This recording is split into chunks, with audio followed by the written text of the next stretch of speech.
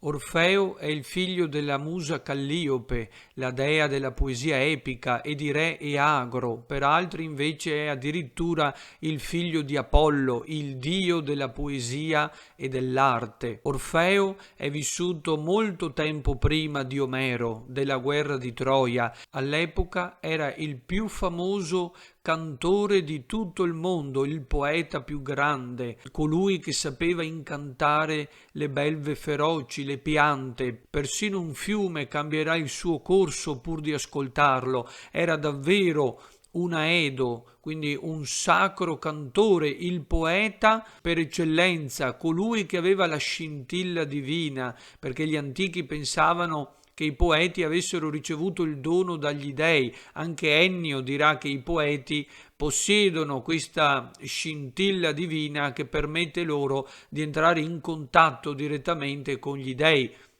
Non a caso moltissimi aedi sono ciechi, come Omero per esempio, perché si pensava appunto che l'ispirazione fosse suscitata direttamente dal Dio. E Orfeo è il vate, è il poeta che sa indicare i valori, gli ideali di una società, che guida le folle, tutti lo ascoltano, è colui che vede oltre, che coglie l'inesprimibile, che coglie l'invisibile, quello che gli altri non vedono. È una condizione privilegiata che lo pone su un piedistallo. Originario della Tracia, viene citato il Rodope, una catena montuosa della Tracia. Un bel giorno si innamora di una ninfa delle querce, di Euridice, bellissima, straordinaria, stupenda, e i due si sposano, ma un giorno Aristeo inizia a corteggiarla. Nonostante fosse già impegnata, ecco, Aristeo si innamora di lei e la corteggia con insistenza ripetutamente, e un giorno, mentre fugge da Aristeo per evitare di subire violenza,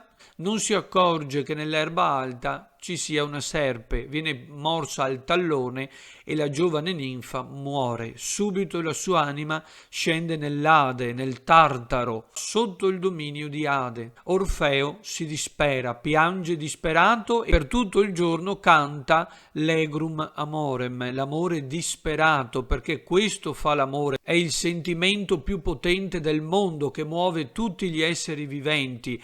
Te dulcis coniunx, te solo in litore secum, te veniente die, te decedente canebat. Cantava di te, dolce sposa, di te da solo sulla spiaggia, di te all'alba, di te al tramonto. Quindi tutto il giorno, notate l'anafora martellante, perché l'amore è un martello continuo, è un trapano, è veramente un dolore atroce quello che prova Orfeo, e non si dà pace. È una delle forze di cui parla anche Boccaccio nel Decameron, che sembra veramente smuovere l'uomo a compiere qualsiasi impresa, che arriva a nutrire questa idea straordinaria, scendere nell'oltretomba a parlare con Ade, con Persefone, per chiederne la restituzione. Quindi da questa disperazione, da questo Egrum Amorem, si innesca la catabasi, la discesa agli inferi. Deve passare attraverso la porta Tenaria, perché quella è la città dove si pensava che miticamente ci fosse l'entrata per il Tartaro, per il regno dei morti, nella Laconia, nella regione dove c'era anche la città di Sparta, e da lì Orfeo scende. E che cosa può fare se non utilizzare l'arma più potente che ha a disposizione, la sua poesia, l'arte. Vedremo che la letteratura, in questo caso la poesia, la parola accompagnata con la cetra, con la sua lira, può smuovere qualsiasi creatura. Orfeo ha questo dono, quello di toccare il cuore di tutte le creature viventi. Discende nell'Ade, arriva di fronte al fiume Stige e riesce a commuovere persino Caronte, il traghettatore delle anime, e per questo lo conduce proprio nelle profondità del Tartaro. Si fa strada tra lo stormo delle anime che svolazzano da tutte le parti, sembrano simili a delle foglie, e arriva finalmente alla presenza di Ade e di Persefone, e il discorso che lui fa cantando, quindi la sua poesia, le sue parole sono rivolte in particolare a Persefone. Orfeo, è chiaro, chiede la restituzione commozione dell'anima di Euridice, ma qui la poesia ha una funzione stupefacente, quella di commuovere, di smuovere tutte le anime alla compassione.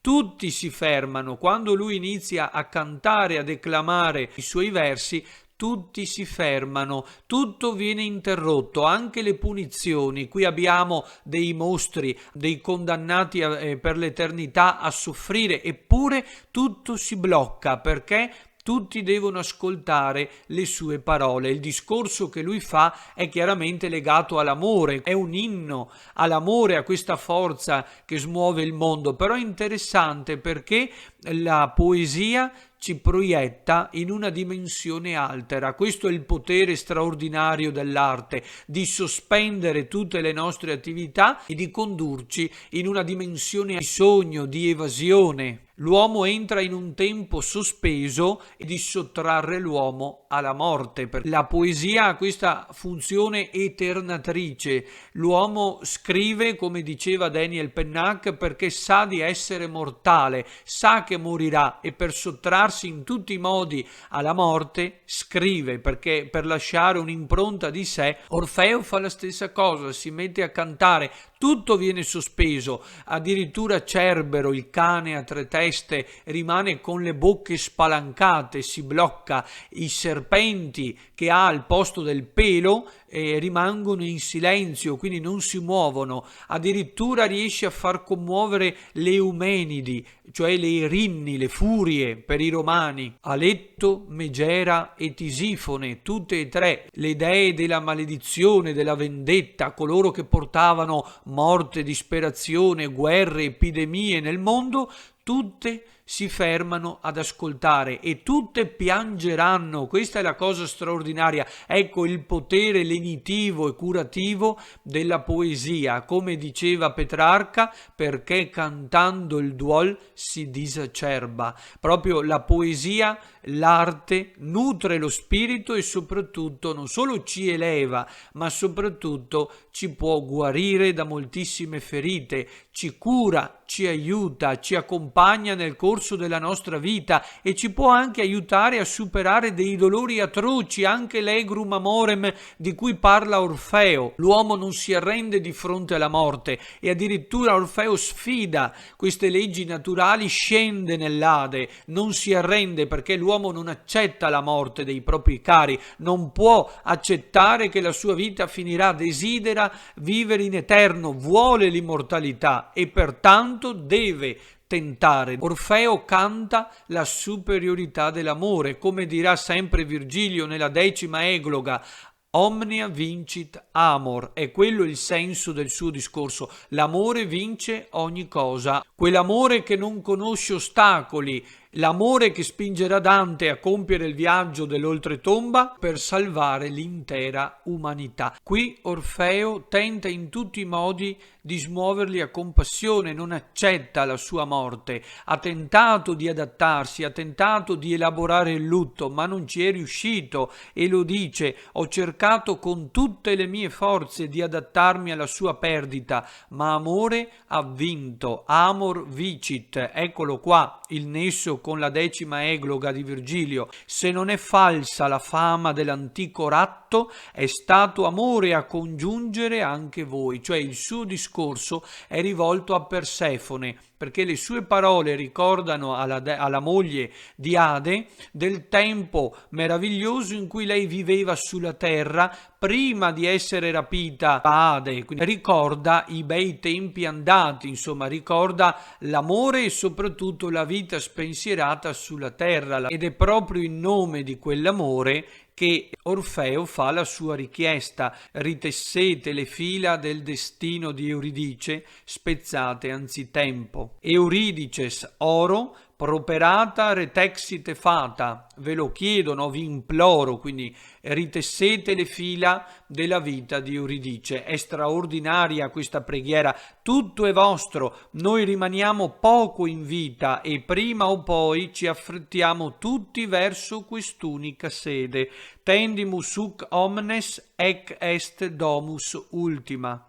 Questa è l'ultima dimora, tutti siamo destinati alla morte e come conclude Orfeo, anziché ritornare sulla terra da solo, di vivere una vita a metà, preferisco rimanere qui morto, cioè preferisco quindi sacrificare anche me stesso, meglio morire anziché vivere una vita in solitudine, privato dell'amore di una vita. Exangues flebant anime, queste anime exangues, pallide, smunte, smorte, flebant, piangevano, ma non piangono solo le anime, piangono tutti. Abbiamo visto prima Cerbero, le Eumenidi addirittura, e pensate che anche tutte le punizioni vengono sospese. Il masso di Sisifo si ferma, la ruota di Sione stessa si blocca e Orfeo non fa altro che chiedere tempo, perché l'uomo non accetta la morte, vuole vivere ancora, è stata strappata anzitempo alla vita, ha vissuto troppo poco.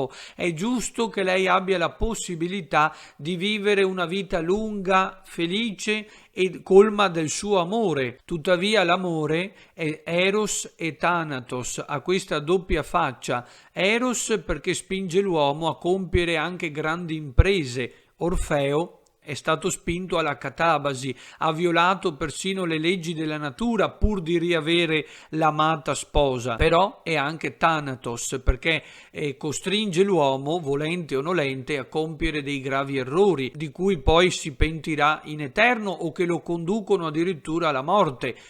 La sua richiesta viene assecondata, Persefone gli concede l'anima di Euridice che viene convocata, ma ad una condizione. Orfeo dovrà risalire il Tartaro senza voltarsi a guardarla e senza rivolgerle la parola finché non sarà uscito dall'oltretomba, quindi dovrà aspettare di ritornare alla vita. Orfeo accetta, promette di adempiere quindi alla sua parte dell'accordo, ma il povero Orfeo, che rappresenta ognuno di noi, è colto a un certo punto dal desiderio di riabbracciarla, di rivederla, di stringerla nuovamente tra le sue braccia e soprattutto di accertarsi che Euridice sia davvero dietro di lui. Insomma, è passato del tempo, l'ama così tanto che non può frenare questo suo impulso naturale. Poco prima di uscire dal Tartaro viene colto, come ci dice Virgilio nelle Georgiche, da una subita demenzia, da un furore incontrollato, quella subita demenzia, cioè da una follia improvvisa, cieca, irrazionale, dal furor, da questa follia, da questa pazzia proprio irrazionale, perché non ci pensa, è una cosa automatica, d'istinto si volta per guardarla e in quel momento il sorriso di Euridice, insomma la gioia per essere finalmente ricondotta alla vita, scompare e non ha che il tempo di rivolgergli pochissime parole. La cosa struggente è che Euridice non è arrabbiata, poi viene risucchiata improvvisamente nel Tartaro. Potremmo aspettarci delle parole di rabbia, di odio, ma Euridice non lo fa assolutamente. Chi ha perduto me, sventurata, e te, Orfeo, quindi qui non dà la colpa a lui. Quale grande follia? Ecco, i crudeli fati mi richiamano indietro e il sonno mi chiude gli occhi vacillanti. Ora addio. Vado circondata da un'immensa notte, tendendo a te, ahi, non più tua, le deboli mani. È veramente quasi una preghiera, insomma è un addio struggente. Quis tantus furor, ecco il furor, quella subita demenzia. Iterum crudelia retro fata vocant, condit natantia lumina somnus. Bellissima questa espressione. Tibi tendens eu non tua palmas, quindi tendendo a te le mani, le palme, quindi le mani, non più tue. E aggiungiamo anche le parole di Ovidio perché sono veramente struggenti. Moriva così per la seconda volta, ma non emise un rimprovero nei confronti del suo consorte. E di che cosa avrebbe potuto lamentarsi se non di essere amata?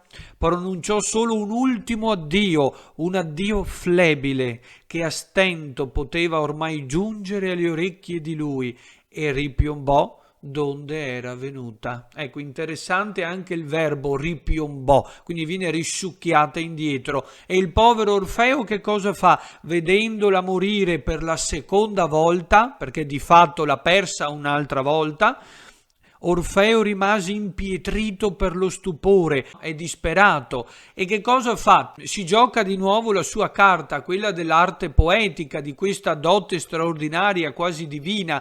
Orfeo rinnovò, ma invano, le sue preghiere, i suoi tentativi di varcare il confine degli inferi. Il nocchiero, quindi Caronte, lo respinse. Tuttavia, per 7 giorni insistette, restando seduto sulla riva, smunto e consumato, rifiutando di cibarsi se non della sua angoscia e delle sue lacrime. Cura dolorque animi lacrime, alimenta fuere. Quindi non fa altro che nutrirsi della sua propria disperazione, perché cantando il duol si disacerba. Quindi cerca conforto e si rifugia nella sua anche arte poetica, nel suo dolore, nella sua disperazione, riflette su quello che è successo. Ma noi sappiamo bene che il treno non passa 2 volte, ecco, non è un'occasione ripetibile. Già ha sfidato le regole della natura una volta, non gli è permesso, non gli è consentito rifarlo, e infatti questa volta Caronte è irremovibile, categorico, non può passare. A poche persone è stato dato questo privilegio e lui l'ha sprecato, è venuto meno al patto che aveva stipulato con Persefone. Molti studiosi si sono chiesti perché si giri, cioè perché ad un certo punto si è voltato a guardarla. Ci sono moltissime ipotesi e si sono davvero arrovellati moltissimo su questo punto senza dare una risposta definitiva, perché non lo sapremo mai probabilmente. Ci sono tantissime interpretazioni, alcune più convincenti, altre meno. Io ve ne dico soltanto alcune. Ad esempio si pensa che Orfeo abbia voluto sfidare appunto le leggi della natura, cioè abbia voluto andare oltre misura, no? Ha voluto varcare quelle colonne d'Ercole, tanto per citare ancora Dante, a proposito del viaggio di Ulisse, no? Non plus ultra, non si può andare oltre. Quindi ha violato una legge eterna, una legge che impedisce alle anime dei vivi di entrare anzitempo nel Tartaro e alle anime morte chiaramente di poterne uscire. Qui si pensa che Persefone non abbia voluto ingannarlo, lei è consapevole di questa legge eterna, ma non lo fa apposta, cioè viene commossa da queste parole, quindi gli concede una possibilità. Tuttavia è impossibile. Perché? Perché neanche Persefone, quindi nemmeno gli dei, possono opporsi a queste leggi universali, quindi nemmeno Persefone avrebbe avuto questo potere di liberare un'anima che è già morta. Per altri invece la catabasi stessa è un viaggio di conoscenza, cioè un viaggio spinto dal desiderio di sapere riguardo alla nostra condizione post mortem. Tuttavia l'uomo non ha questo privilegio, non possiamo conoscere anzitempo il futuro, non possiamo prevederlo, e quindi all'uomo che è ancora vivo non è consentito oltrepassare quella soglia. Cerbero è stato messo lì proprio a guardia sia dei vivi che dei morti. Nessuno può entrare, nessuno può uscire senza che prima venga il trapasso. Il trasumanar non è concesso all'uomo che è ancora vivo. Quindi per altri ancora, addirittura durante la risalita, Euridice si sarebbe messa a parlare con il proprio amato. Lei non sa nulla di questo patto, attenzione, viene chiamata dopo, e non sapendo nulla continua a parlargli. Provate a immaginare, no, l'amata che rivede il marito, cosa potrà iniziare a dire? Perché non ti giri? Perché non mi guardi? Forse non mi vuoi più bene? Forse non sono più abbastanza bella? Non mi trovi più attraente? Ti sei forse innamorato di un'altra, oppure ti sei dimenticato di me? E provate a immaginare al tormento interiore di Orfeo, dilaniato tra questo desiderio sfrenato di girarsi, di vederla, da questa subita demenzia, da questo furor, dall'altra parte invece la consapevolezza del patto, quindi di questa promessa. Lui ha giurato di non girarsi e soprattutto di non parlare, perché non può dirle nulla. Quindi provate a immedesimarvi in lui e a capire come l'uomo di fronte a una prova simile sia destinato al fallimento. Il mito ci ricorda che l'uomo deve accettare la sua condizione, siamo esseri mortali, la poesia tenta di eternarci, tenta anche di lenire il nostro dolore, ci proietta in questa dimensione altera, ma non siamo destinati all'immortalità. Quella che si consuma e che viene anche cantata da Orfeo è proprio una tragedia d'amore, un amore infelice, per citare le parole di Boccaccio. Orfeo si ritira in solitudine proprio per cantare la sua disperazione, ma un giorno arrivano le baccanti, erano delle donne ubriache, deliranti, che in preda alla frenesia facevano delle feste in onore del dio Dioniso di Bacco